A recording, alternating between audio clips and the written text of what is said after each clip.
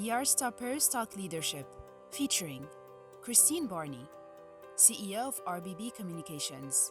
Here's our host, Rex Simon. Christine, you talk about what you stand for as a business has become even more important than it's ever been. Could you elaborate for us?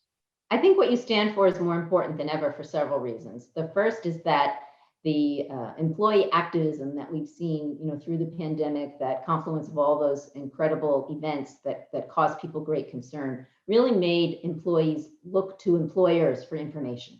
As a recent guest talked about, it's important to think that employers are actually becoming the number one source of information for most employees. And they want to know what you're doing to prevent work through climate change. What are your positions on racial inequities? And I think when you look at it from an employee perspective, it becomes very clear that companies have to know what they stand for. But more and more importantly, it means all of your external audiences, all of your stakeholders, whether they're vendors, whether they are customers, want to know what are the issues that are important to you, so that they can decide if they want to continue to do business with you, expand their business with you, or in some cases, as we've seen with the cancel culture, make you a poster child for someone who's not doing it right or someone who is an exceptional leader in that space. So I don't think that's going to change post-pandemic. I think that we will continue to be focused on what are you going to stand for and how are you going to communicate what you stand for in a genuine and authentic manner so that it really matches with your mission, vision, and purpose.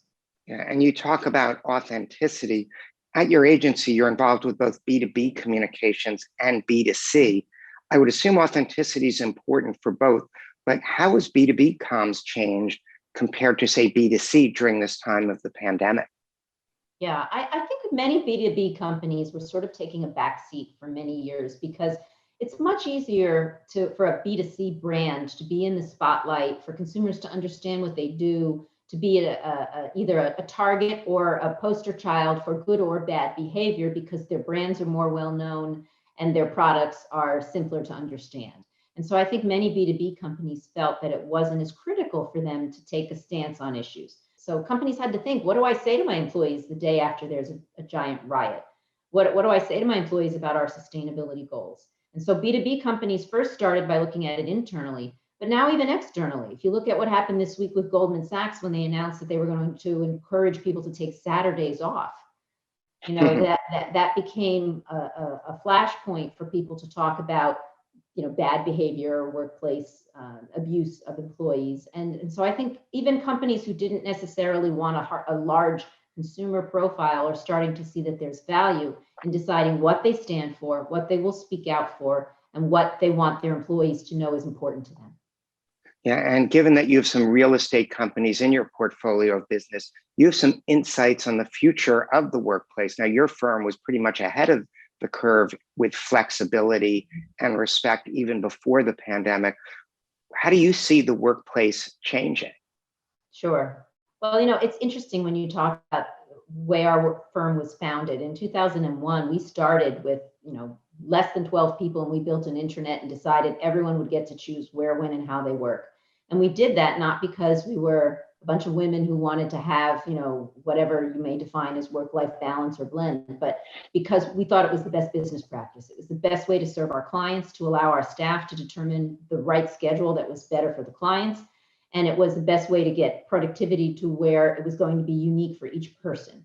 So, we've always had a work from anywhere policy. And over the years, I've had a lot of very heated discussions with other business owners who disagreed. Well, we only give Fridays off and that's enough. And I'm like, well, what if Friday happens to be the day when I do all my client meetings with my clients in California and I can't work from home on that day?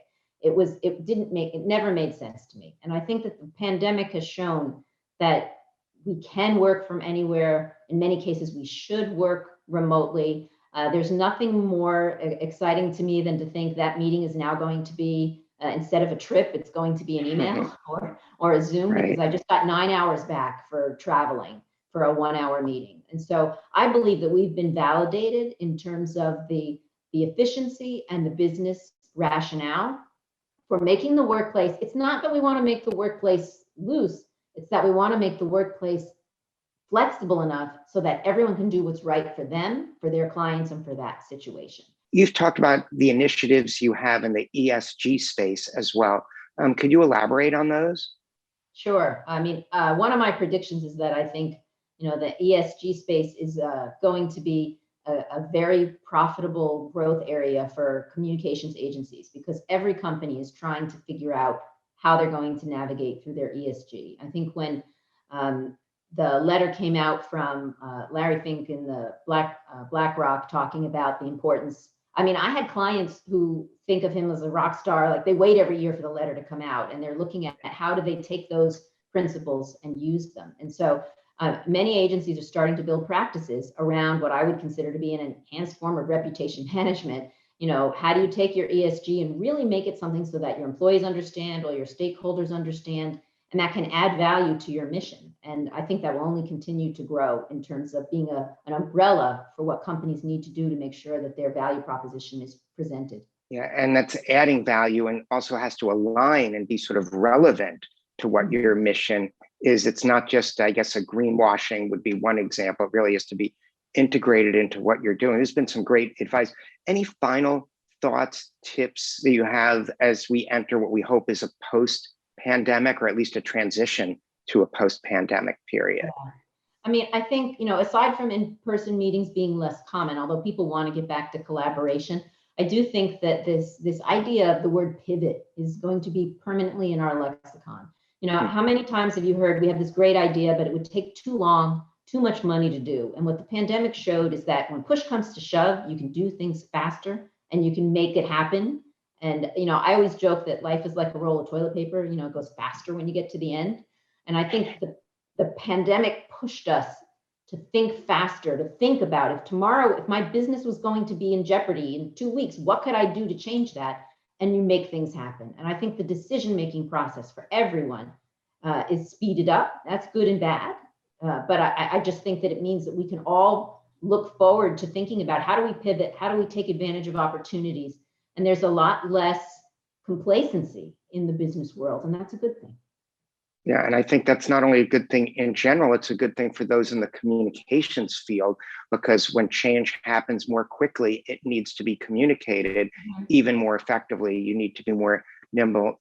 Your contributions to this conversation have been awesome. Thanks so much for spending time with us, and continued success. Thank you.